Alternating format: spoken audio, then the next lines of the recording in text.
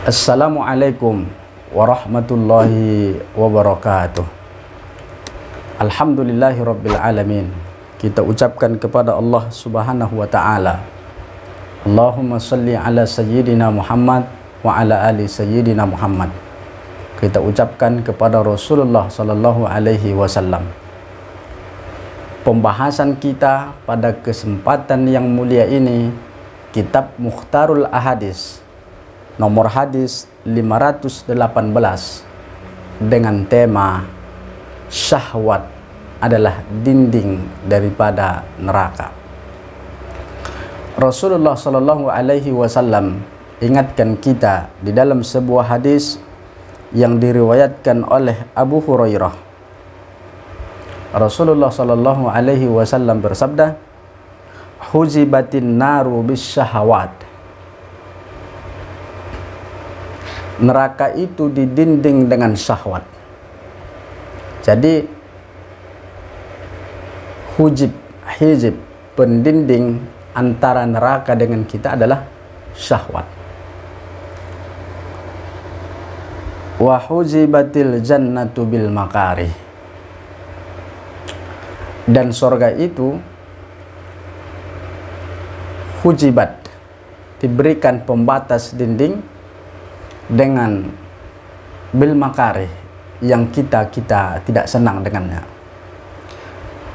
Ma'asyiral muslimin rahimakumullah.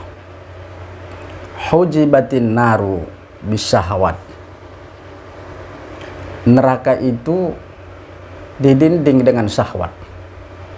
Maka ketika seorang memperturutkan syahwatnya ketika di atas dunia, maka sesungguhnya dia sudah mengambil pembatas dirinya dengan neraka. Sehingga ketika dia melampaui syahwatnya, menuruti nafsunya, hawanya, syahwatnya, maka habislah pendinding dia. Antara dia dengan neraka tidak ada lagi jarak pendinding, karena dia sudah mengambilnya. Kemudian antara jarak kita dengan surga, kata Nabi Shallallahu Alaihi Wasallam, bil makarih, dengan sesuatu hal yang kita benci, dengan sesuatu hal yang berat kita melakukannya. Contoh, salat 5 waktu berjamaah di masjid, kemudian salat tahajud, kemudian silaturahim, membantu orang lain. Itu kan semua berat bagi orang yang tidak ikhlas. Tapi ketika itu kita lakukan di atas dunia, jihad fisabilillah, salat waktu berjamaah di masjid, kemudian kita melakukan salat tahajud, maka kita sudah mengambil dinding pembatas antara kita dan surga. Kalau kita sudah mengambil pembatas antara kita dan surga, maka insya Allah otomatis kita masuk ke dalam surga.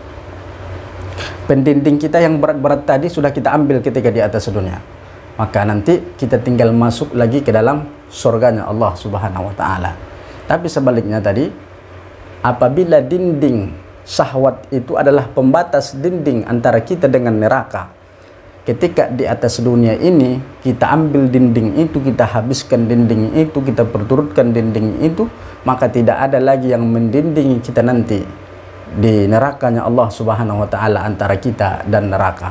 Sehingga orang yang memperturutkan hawa nafsu syahwatnya masuk ke dalam neraka, sehingga dia terbakar karena sudah menghabiskan jarak antara dia dengan nerakanya Allah Subhanahu wa taala.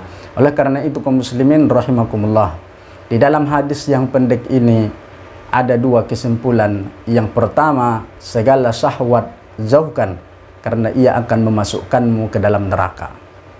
Yang kedua, segala perintah Allah Subhanahu wa taala sekalipun terasa berat, lakukan, karena itulah yang memasukkan kita ke dalam surganya Allah Subhanahu wa taala.